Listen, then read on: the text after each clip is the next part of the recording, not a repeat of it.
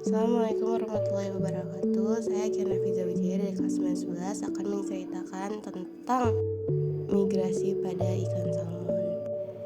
Kalian tahu nggak sih kalau ikan salmon digolongkan dalam spesies yang bermigrasi untuk berkembang biak?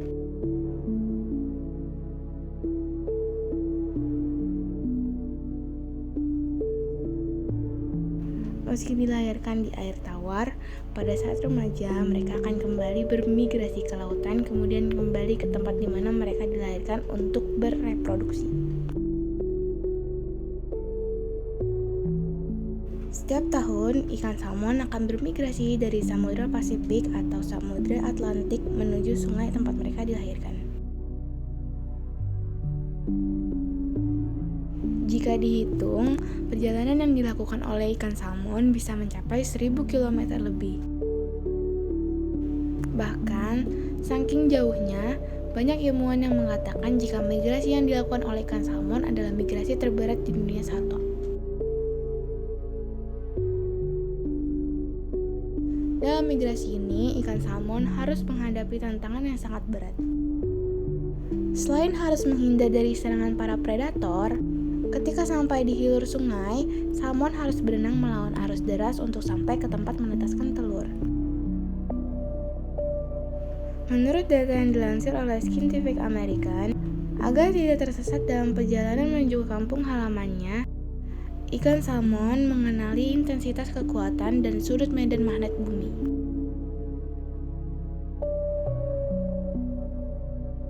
Saat medan magnet dirasa tidak cocok, ikan salmon akan berbelok ke arah yang benar. Di samping kemampuannya untuk mengenali medan magnet, ikan salmon juga memiliki indera penciuman yang kuat untuk mendeteksi tempat kelahirannya. Di sungai, sebelum menaruh telur, salmon betina akan mengembangkan ekornya untuk menciptakan wilayah bertekanan rendah yang dapat mengangkat kerikil agar tersapu arus dan menciptakan celah baginya untuk menaruh telur. Satu celah ini dapat menampung hingga 5.000 telur ikan salmon. Selanjutnya, satu atau lebih salmon jantan akan mendekati salmon betina dan mengeluarkan spermanya ke air untuk membuahi telur. Salmon betina kemudian menutupi telur-telurnya dengan menyapu kerikil lalu pergi bertelur di tempat lain. Salmon betina dapat melakukannya sebanyak 7 kali sebelum telur dalam ovariumnya habis. Kemudian, salmon betina akan mati kelelahan segera setelah mereka bertelur.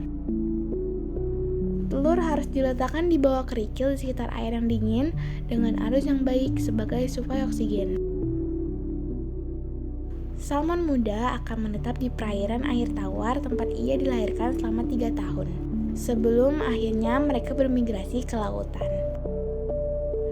Pada masa tersebut, ikan ini berwarna keperakan. Diperkirakan hanya 10% dari jumlah telur yang selamat yang mencapai tahap ini. Selama berada di air tawar dan muara, salmon muda memakan serangga dan amfipoda. Ketika sudah dewasa, mereka akan memakan ikan kecil. Ikan salmon menghabiskan waktu 1 hingga 5 tahun sebelum mencapai usia kematangan seksual, di mana kemudian mereka akan kembali ke tempat kelahirannya untuk berkembang biak. Sekian dari saya, Kiana Fiza Wijaya dari kelas 911. Terima kasih.